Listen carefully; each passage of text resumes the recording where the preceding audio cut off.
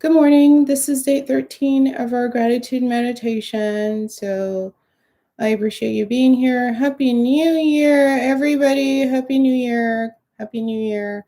I decided I will start this new year with a little bit of TLC. So that's what this is. Sorry for the American Cycle look.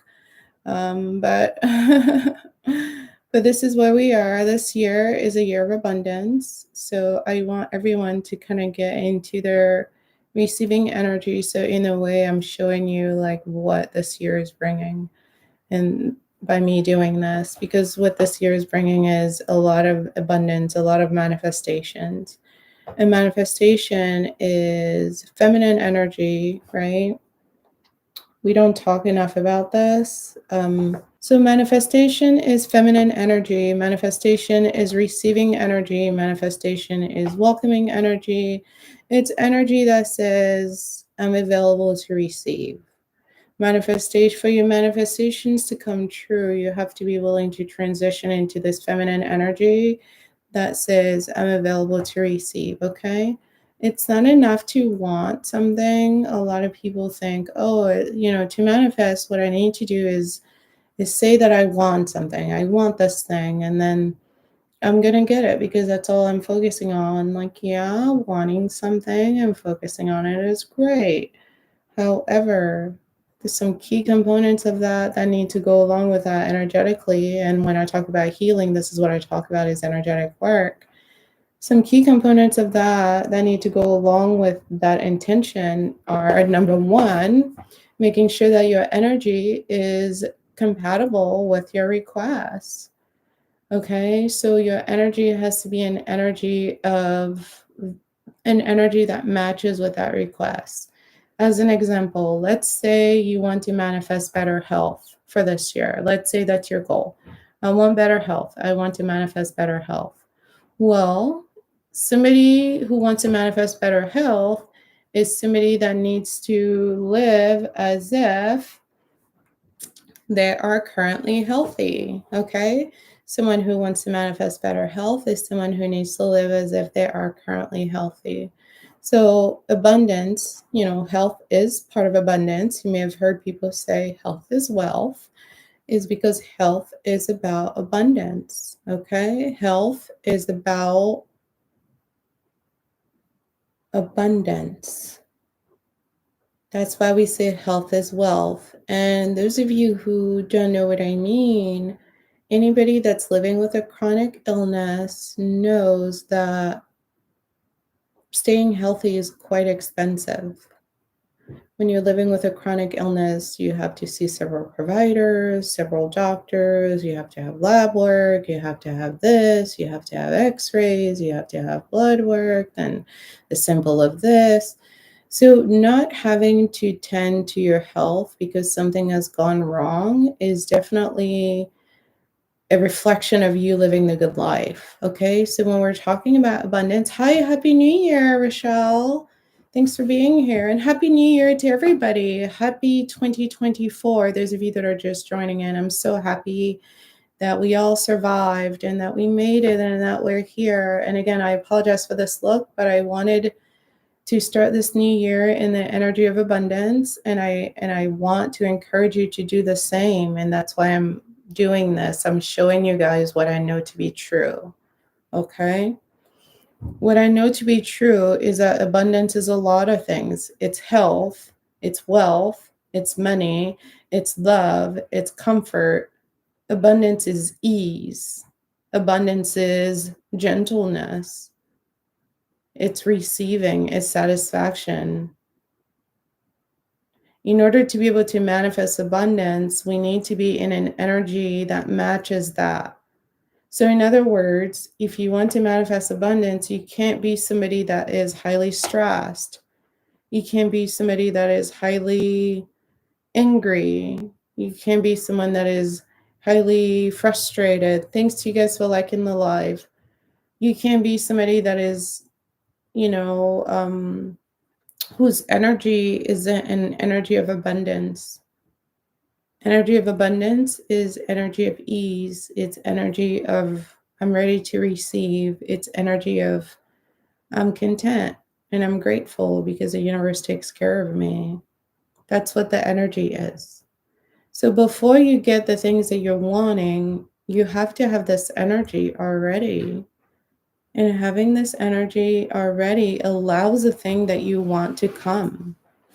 But when your energy is stressed or ugly or frustrated all the time or, anxious or fearful, you're not going to manifest abundance from there because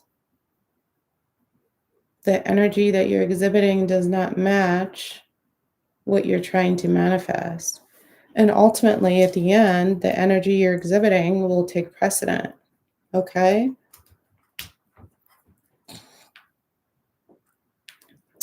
I was recently watching an interview by a professor at Columbia University who's done studies about like the CBT model of therapy that we often use. And for those of you who are not familiar, it's cognitive behavioral therapy. It's a model that is fairly common in the world of psychology for those any of you who've ever gone to therapy. And she has done some research about, sort of what comes first in this kind of like model, this way of understanding human behavior. So the way the CBT model is set up, it's kind of like a triangle. So essentially what it says is that our thoughts affect our feelings, right? Which then affects our behavior. Depending on the scenario, the client may not necessarily be aware of where the trigger originated. But what we do know for sure is that once there is a trigger in either of these areas, it will kind of make the circle of affecting feelings and affecting behavior, right? So with that being said, she was kind of interested in finding out like what comes first. That was sort of her fascination. And what she learned is that the feelings always come first. So even when we're not aware of it, the feelings always come first. And I thought that was very powerful because manifestation is about energy work, which is about our feelings. So if the feelings that you're trying to elicit, which is unhealthy, do not match with the feelings that you're currently inhibiting or displaying, which is I'm unstable, I'm unhealthy, I'm imbalanced, then guess which reality you will be manifesting? The one you're currently living, because the feelings are so powerful. And that is precisely why water signs are some of the best manifestors out of the entire zodiac, is because feelings is their toolbox. That's why they have the most fun. They know how to handle their feelings. They know how to maneuver their feelings. They have no problems with feelings. They love feelings. Feelings is where their power is. So effective manifestation requires vibing. This is usually, vibing at the vibration of the thing that we want, because our feelings will basically determine the outcome of that ask. So if our feelings are contradictory to the thing we're asking, the feelings will trump the thing we're asking, because the thing we're asking is intellectual, it's logical, it's in our head. What's in our head is not nearly as relevant as what we feel, because as an example, because our feelings affect our body. That's why, because our feelings literally release hormones and chemicals in our brain that affect our body. And once our body is affected, our reality has changed. Have you ever had a headache while you were at work? Anybody? Having a headache, even if you're having a good day, once that migraine kicks in while you're at work, you're not having a good day anymore. Like, even if there's nothing else that's wrong, even if everything at work is going well and you're super happy with everything, like that migraine is so irritating. And when you feel irritated like that, it just makes you feel annoyed. And then when you feel annoyed, like you're not having a good day anymore because you're just like, oh, this is so annoying. This is so irritating. And migraine at work will literally like ruin your workday. Because once your feelings are involved, once your body is involved, once brain chemicals are involved, which send message to your body that you're not doing well, then it's hard to feel good. You see that? So our feelings are actually way more important and relevant than what goes on in our heads. And honestly, a lot of the issues that we have is because we stay too much in our heads and don't attend enough to what we feel. So when it comes to manifestation, we want our feelings to align with our desire. We want to match the feeling we're having with the thing that we want. That's number one. And then secondly, we want to make sure that we are sustaining it, sustaining ourselves at that vibration, sustaining ourselves at that creation, because our energy is actually what creates our reality. Our energy, meaning our feelings, right? Our feelings, our intentions, all of that is energetic. All of that is energetic communication. My feelings, my intentions, my actions, all of that. The seen and the unseen, all of that. So for 2024, we want to step into this energy of receiving because we know it's coming. So when we know it's coming, there's no like frustration, there's no anger, there's no bitterness, there's no anxiety, which is a big one for people that are new in manifestation. There's no nervousness, there's no fear, there's just ready to receive, and that's it. 2024 is a year receiving. Yes, Rochelle just said that. Rochelle said 2024 is an 8 year. Yeah, and an 8 year is a year of power. An 8 year is a year of receiving. It's a year of taking chances, but it's a year of being rewarded for those big chances. It's also a year of a lot of passion and love for people that are trying to solidify their relationships. It symbolizes accomplishments. Good morning, Paula. Happy New Year, beautiful soul. It symbolizes a lot of power, a lot of ambition, a lot of success. It's actually a year of money, a year in astrology. It's a year of a lot of wealth. It's also a year of elevation. It's a year of recognition. It's a year of people going up and being elevated. It's a year of authority. It's a year of people receiving power. It's a year of people receiving support. It's a year of people being validated for their efforts. Astrologically, the number 8 is ruled by Saturn, the lord of time and karma. As you know, in astrology, Saturn is all about sacrifices, and Saturn is all about, delayed gratification. Saturn is all about learning lessons before you are given the things that you're working for. Saturn is all about perseverance, tenacity, determination. It's all about tough love. And that's why I am like I am, is because my chart is ruled by Saturn. Okay. So the only kind of love that I know how to give is tough love, because to me, it's not very loving to not be honest with you and to not tell you what you really need to know. Because when you don't know what you need to know, you can't do better, you can't evolve, you can't grow. And all of the lessons that I've learned in my personal life have been through tough love, because I am both equally as driven as I am stubborn. And, the negative side of being stubborn is that you can be stubborn about something that you don't need to be stubborn about, something you need to let go. You can be stubborn about something that you want to hold on to that you don't need to hold on to. And so everything has two sides, right? Like, yeah, stubborn is good in business because you're focused, but sometimes you need to pivot. Sometimes you need to evolve, you need to grow, you need to change. And that requires letting old things go. And a person who's not willing to self-reflect, who's not willing to see, oh, I made a mistake here, let me adjust this, let me change that, let me fix this. A person who doesn't want to do that kind of work, they're going to be stuck in life because they're going to be doing the same thing over and over again, even though the universe is telling them, oh, this is not the way to go, which is why you're not getting this response that you want to get. Yeah, they're going to be stagnant, is what Paula said. They're going to be stuck in the hole, and then they're miserable. And then oftentimes people then go around and spread their misery and their negativity to other people, when really all they need to do is work on the things that they need to work on so that it's better. Life is better. Situations are better. They're growing, they're learning, they're evolving. So the thing about Capricorn is that Capricorn will hold you accountable, okay? Because Capricorn holds itself accountable. And even if you're trying to fake the funk and lie, Capricorn is going to see right through that. And that's why people both love and dislike Capricorn at the same time, is that Capricorn would keep it real with you because they don't know how to do funny business. They don't know how to play silly games because they're too spiritually old and mature. So they're very like buttoned up.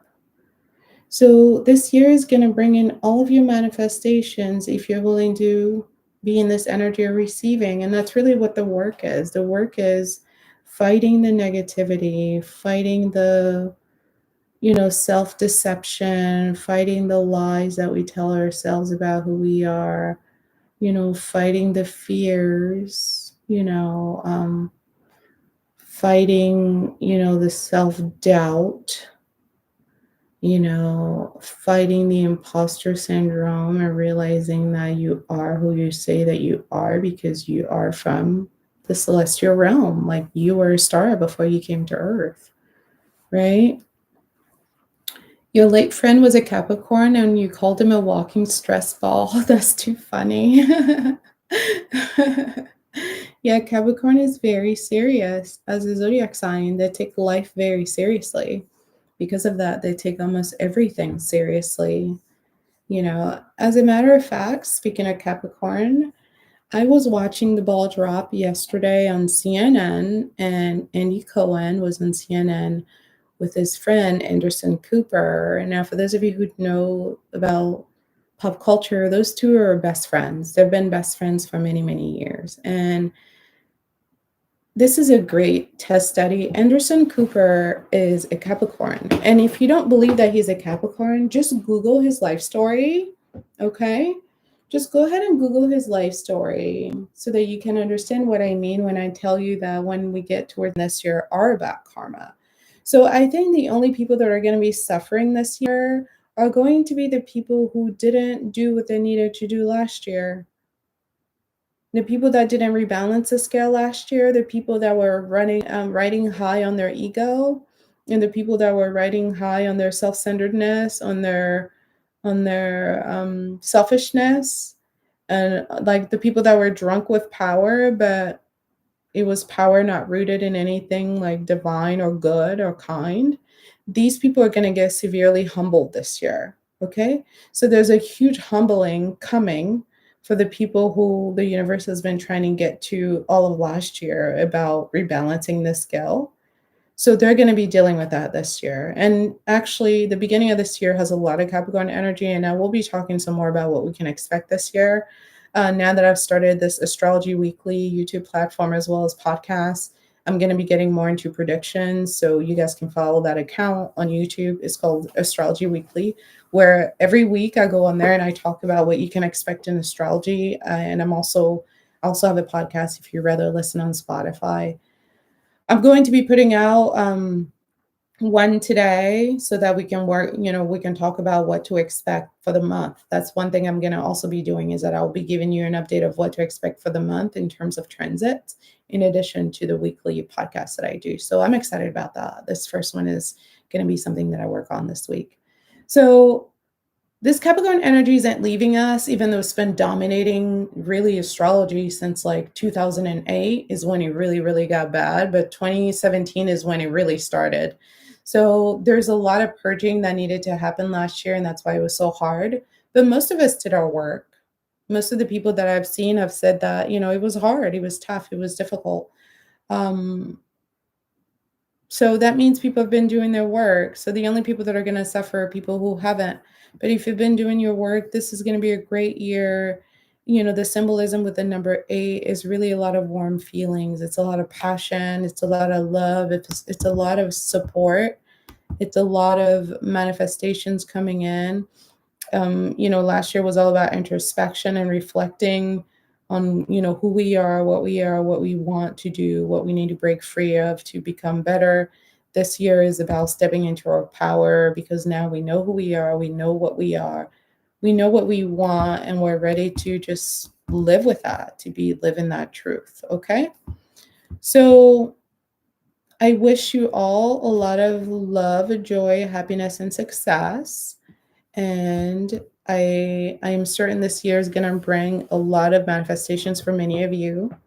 And those of you that are struggling with that, I would encourage you to join my subscriber only Patreon group where I talk about manifestation more candidly there. And I would also encourage you to listen to my Astrology Weekly podcast on YouTube and Spotify. And you can also, follow my YouTube account if you're not much into Spotify. If you want to get more into understanding the transits, how the transits affect you, the service that I provide on Patreon is that I get to know your chart. So when the transits are coming, I can tell you specifically what's ahead, what you need to work on, what you need to focus on, what you have neglected, and what we need to get back on course about. So it's more of an intimate service. So for some people, having that kind of like regular check-in around the lunar calendar is way more beneficial than a 1 hour conversation for a whole year. So that's pretty much it. So Happy New Year. I'll be talking some more about what this new year is going to bring. Let me go ahead and transition to our meditation.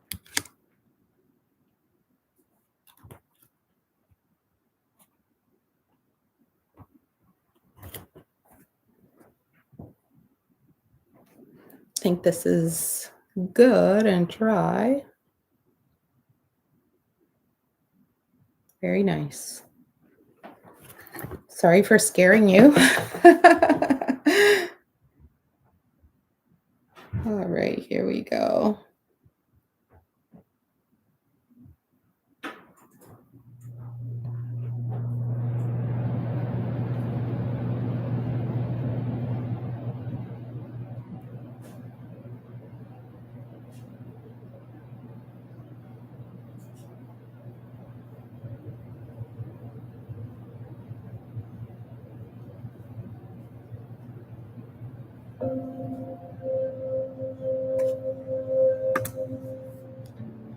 Gratitude is the fastest way to raise your vibration.